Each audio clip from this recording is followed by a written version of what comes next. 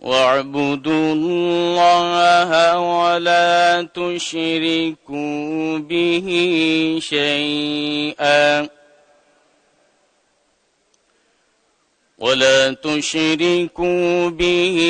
شيئا وبالوالدين إحسانا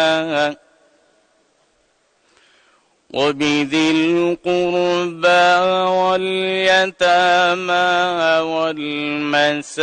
والمساكين والجار ذي القربى والجار الجنب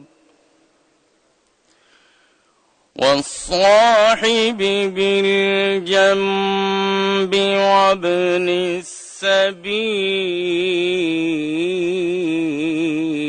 السبيل وما ملكت أيمانكم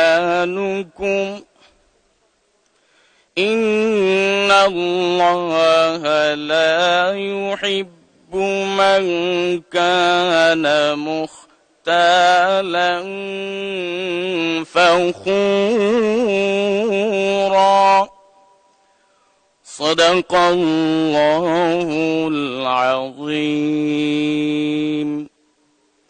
পবিত্র কুরআনুল কারীমের সূরা আন-নিসার ৩৬তম আয়াতে কারীমার তেলাওয়াত করা হলো, যার বাংলা অর্থ এইরূপ: তোমরা এক আল্লাহ তাআলার ইবাদত করো, কখনো কোনো কিছুকেই তার সাথে অংশীদার বানিও না। পিতামাতার সাথে ভালো ব্যবহার করো, যারা তোমাদের ঘনিষ্ঠ আত্মীয়, এতিম, মিসকিন, আত্মীয় প্রতিবেশী, কাছের প্রতিবেশী, পাশের লোক, পথচারী ও তোমার অধিকারভুক্ত দাস দাসী, তাদের সাথেও ভালো ব্যবহার করো।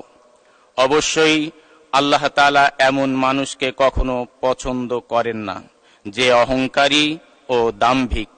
বারাকাল্লাহু লানা ওয়া লাকুম ফিল কুরআনিল আযীম। আসসালামু আলাইকুম ওয়া রাহমাতুল্লাহি ওয়া বারাকাতুহু।